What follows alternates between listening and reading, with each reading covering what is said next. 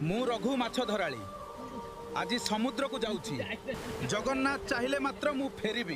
रघुंक एही कथा सुनी तांको घरणी भयरे कहिले एते बड़ झड़रे जाऊंतु नहीं मोर मन बहुत खराब कहूची। किंतु रघुंक पाखरे आउ कोनोसी उपाय नथिला। पूरी समुद्र कूड़रे थिबा छोट गाँ रे से निज परिवार सह रहुथिले। तांकर दुईटी छोट पिला घरे खाइबाकू मध्य किछि नथिला। सेही दिन सकाळू आकाश कला होइथिला। समस्त माछ धराली डररे समुद्र को जाई नथिले।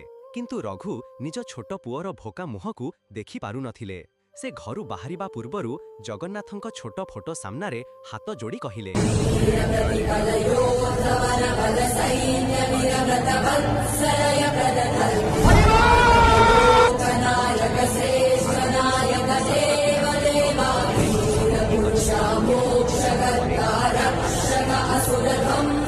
पवन बहिबा आरंभ हैला। समुद्रर